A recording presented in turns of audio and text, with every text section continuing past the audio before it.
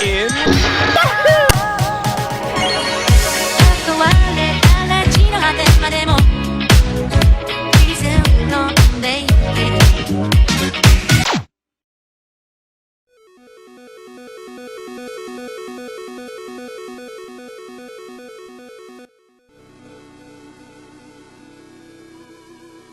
Whether you play games after a long day at work, or watch top competitive players or personalities on Twitch, by setting time aside for a game, you are investing in it and would like for it to succeed.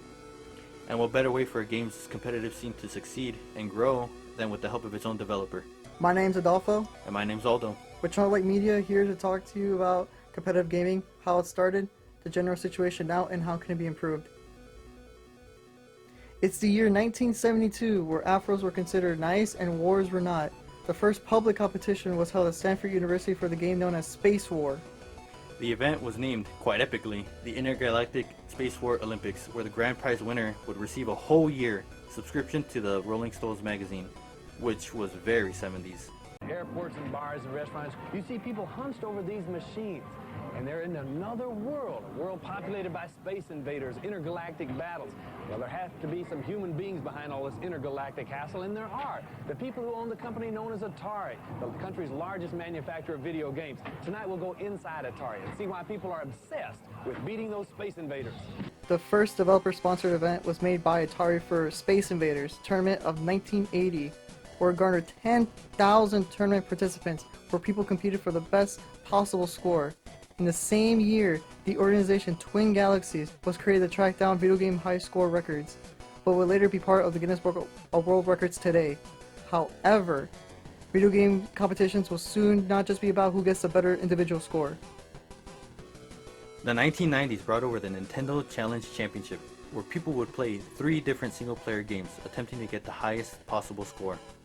The rewards were really substantial for the time, such as a 10K savings bond, a new car, a massive 40-inch display television, as well as the infamous golden cartridge.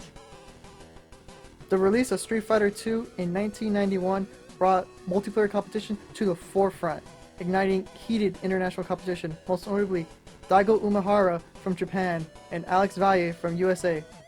In the late 90s, shooters like Quake and Counter-Strike, as well as real-time strategy games like Warcraft and Starcraft, birthed new events like the Cyber Athlete Professional League.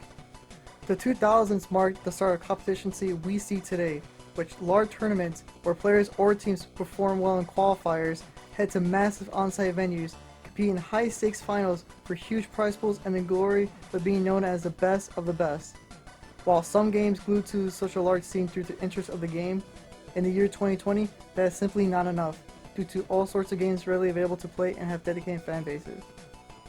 When you glance at all the games that have a dedicated competitive scene, you may think it's a little oversaturated, especially when it comes to shooters, as the same basic concept of pointing and clicking is recycled over and over. Now that's not to say that these popular shooters don't have some uniqueness to them that helps them stand out. Communities also differ from game to game, as well as media attention and developer support. With some lesser known games having only a small number of players competing on such a high level to heavily justify developer support for a competitive scene. With the majority of the player base at such a casual level, game developers will usually focus on making the game fun for the majority while neglecting the dedicated part of the player fan base.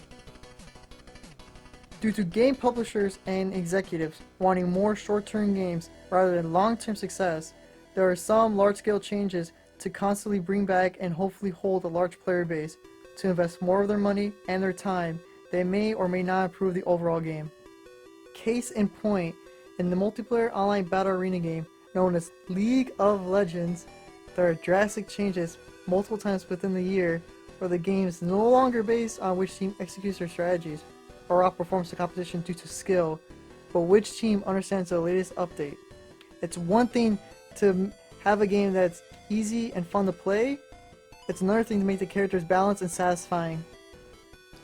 There are some games that were developed good enough for both casual and hardcore players alike, such as Street Fighter V and Overwatch, though some might disagree with the last one. Street Fighter V's initial release was extremely lackluster.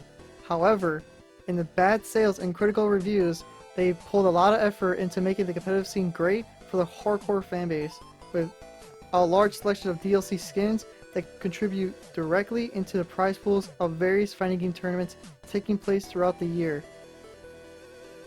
To Street Fighter V's first Capcom Pro Tour, which a $500,000 prize pool. Now fast forward 5 years and the game has a playable roster of 40 characters. It's in its best state that it ever has been, and it's now an official part of the Japan 2020 Olympics.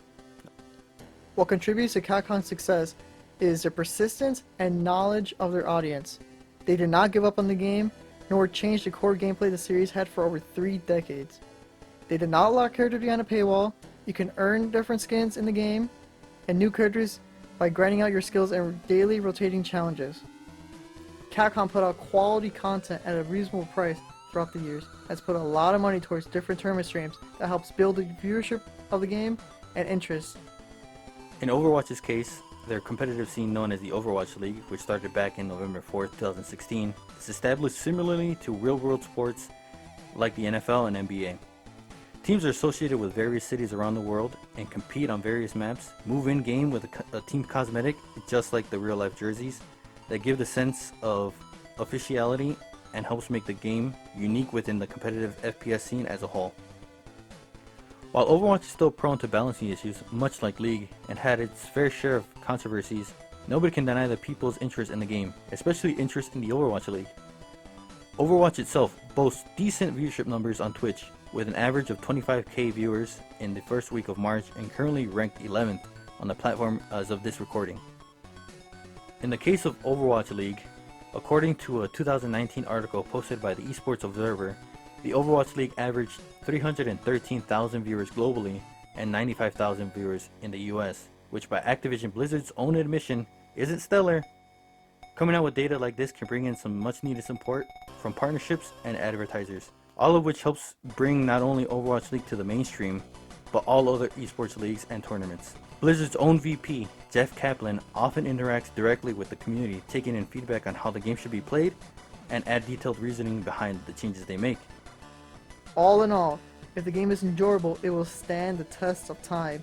There are games made back in the day that modern games can't live up to. All the more reason to give back to the people that make the gaming community so great. You also never know when an old game can come back from the depths of hell, like how WoW Classic has done by being relaunched as the game was originally released back in 2005 in all its sweaty Mountain Dew drinking glory. Now just imagine if Super Smash Bros. Melee had the same support from Nintendo.